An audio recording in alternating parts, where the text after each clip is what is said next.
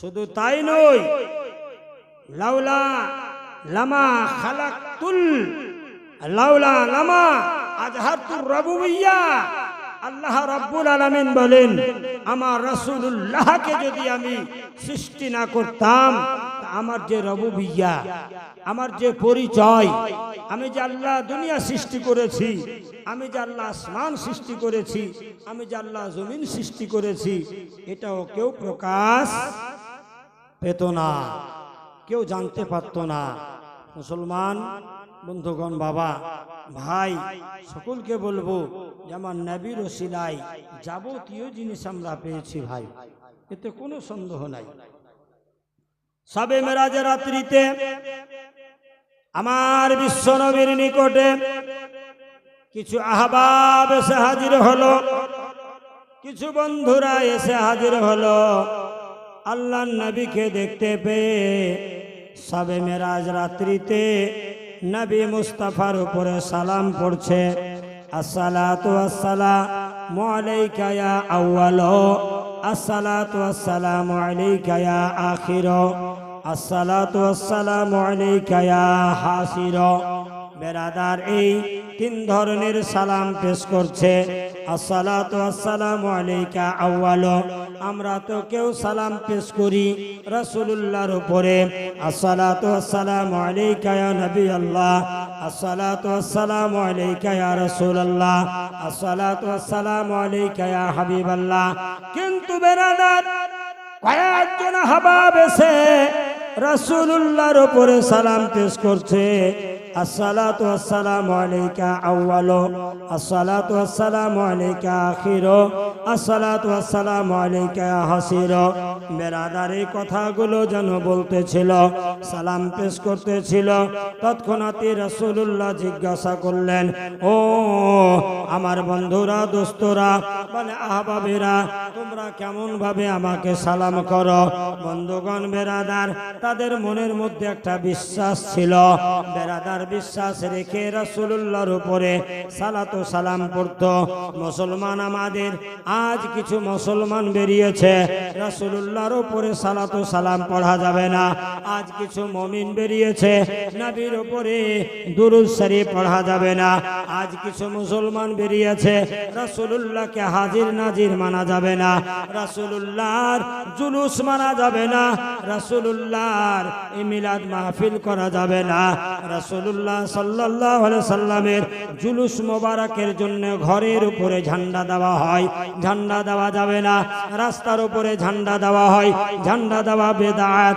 গাড়িতে ঝান্ডা দেওয়া বেদাত, রাস্তাতে ঝান্ডা দেওয়া বেদাত, বাড়িতে ঝান্ডা দেওয়া বেদাত, মসজিদে ঝান্ডা দেওয়া বেদাত, মাদ্রাসায় ঝান্ডা দেওয়া বেদাত। তবে কোন জায়গায় যায়, কোন জায়গায় ভালো, কোন জায়গায় ভালো তুমি বলো? বেরাদার, তাকে যদি জিজ্ঞেস করা হয়, বলে কোথাও দেওয়া যাবে না, একদম বন্ধ।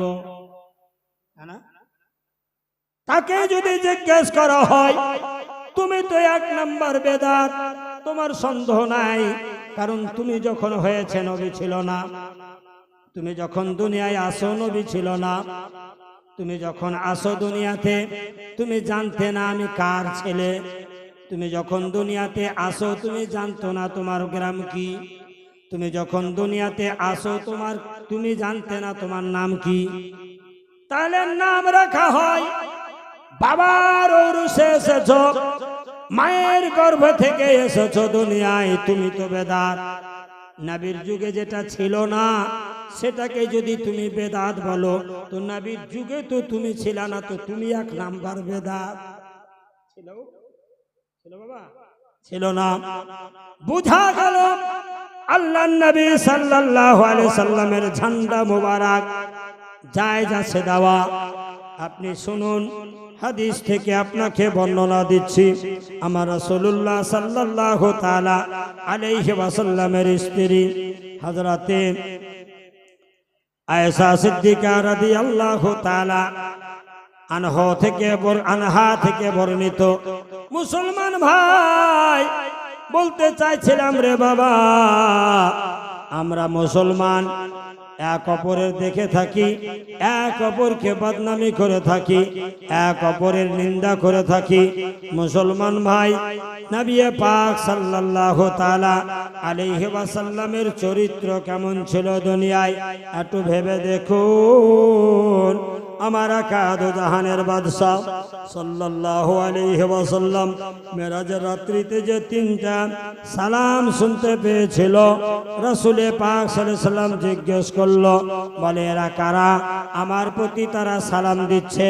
বন্ধুগণ, আল্লাহর তরফ থেকে জিবরিল আমিন এসে হাজির হয়ে গেল। ইয়া রাসূলুল্লাহ, ইয়া হাবিবাল্লাহ, নবী গো, ও ভাই নবী শুনে নাও, আজ আপনাকে যে তিন ধরনের সালাম পেশ করা হলো, আপনার প্রতি সালাম দেওয়া হলো। আসসালাতু আসসালামু আলাইকা ইয়া আপনার আউয়ালু, আসসালাতু আসসালামু আলাইকা ইয়া আখিরু। বলে ওরা অন্য কেউ ছিল না, বলে আপনার আদি পিতা আদম আলাইহিস সালামের বংশধর থেকে আস্তে আস্তে আপনি যার বংশের মধ্যে আছেন, আপনি যেখান থেকে এসে হাজির হয়েছেন দুনিয়াতে, বলে আপনার কেউ নয়, আপনারই পরম্পর বংশধর, যার নাম হচ্ছে হযরতে ইব্রাহিম খলিলুল্লাহ। ইব্রাহিম খলিলুল্লাহ সালাম পেশ করেছে, আসসালাতু আসসালামু আলাইকা ইয়া আউয়ালু। বেরাদার, হযরতে মুসা আলাইহিস সালাম পেশ করেছে, আসসালাতু আসসালামু আলাইকা ইয়া আখিরু। হযরতে মুসা ছিল আপনার প্রতি সালাম দেনেওয়ালা, আর একজন ছিল আপনার প্রতি সালাম দেয়, বলে অন্য কেউ নয়, হযরতে ইব্রাহিম খলিলুল্লাহ, হযরতে মুসা কালিমুল্লাহ, হযরতে ঈসা রুহুল্লাহ। বলে এরা তিনজন আপনার উপরে সালাম পড়তো, আপনার প্রতি সালাতু সালাম পড়তো, কারণ তারা জানতো, কারণ আপনার আসার পূর্বে তারা এসেছে দুনিয়াতে। মুসা আগে এসেছে, ঈসা আগে এসেছে, ইব্রাহিম আগে এসেছে। ইব্রাহিম আপনার প্রকাশ করে দিল, ইব্রাহিম বলে দিলেন আমার রাসূলুল্লাহ আউয়ালু, আর মুসা বলে দিলেন নবী আমার আখিরু, আর ঈসা বলে দিলেন আমার নবী আউয়ালু আখির দুটোই। জোরে বলেন সুবহানাল্লাহ।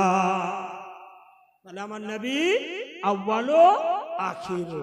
কোরআনে আল্লাহ বলছেন হুয়াল আউয়ালু ওয়া আখিরু ওয়া যাহিরু ওয়াল বাতিনু ওয়া হুয়া আলা কুল্লি শাইইন আলিম। আল্লাহ বলছেন আমার মাহবুব আখিরু, আউয়ালু, জাহিরে, বাতিনে, গোপনে, প্রকাশ্যে, রাস্তায়, মাঠে, ঘাটে, মসজিদে, মাদ্রাসায়, মুমিনের কলবে কলবে আলা বিযিকরিল্লাহি তাতমাইন্নুল কুলুব।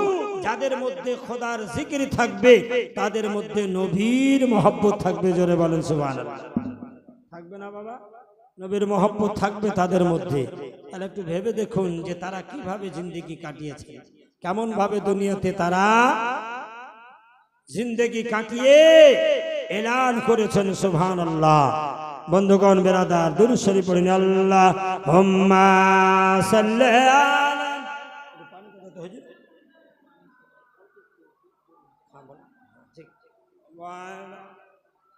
ওয়া আলা আলি সাইয়্যিদিনা।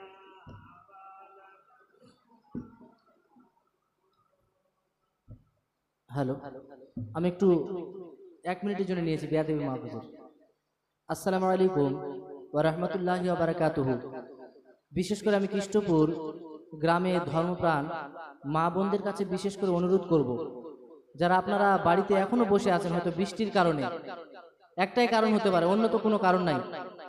আপনারা যারা বাড়িতে বসে আছেন তারা একটাই অজুহাত দেখাতে পারেন যে বৃষ্টি হচ্ছে, তার জন্য জালসাতে যাচ্ছি না। আজকে বলুন তো, খোদা না খাস্তা না হোক, যদি আপনার বাড়িতে কেউ যদি অসুস্থ হয়ে যেত, এই মুহূর্তে যদি তাকে হাসপাতালে নিয়ে যেতে হয়, তো যাবেন না? যাবেন তো? আল্লাহ কাউকে অসুস্থ না করাক। আমি বলছি যদি হয়, তাহলে আপনারা হাসপাতালে যদি নিয়ে যাওয়ার প্রয়োজন হয়, যাবেন কি যাবেন না? যাক, মায়েদের কাছে কথা বাদ দিলাম, যারা আমরা ছেলে, বাপ, মা, ভাই বোন যারা আছে, আমরা মোড়ে গিয়ে সারাদিন আড্ডা মারছি।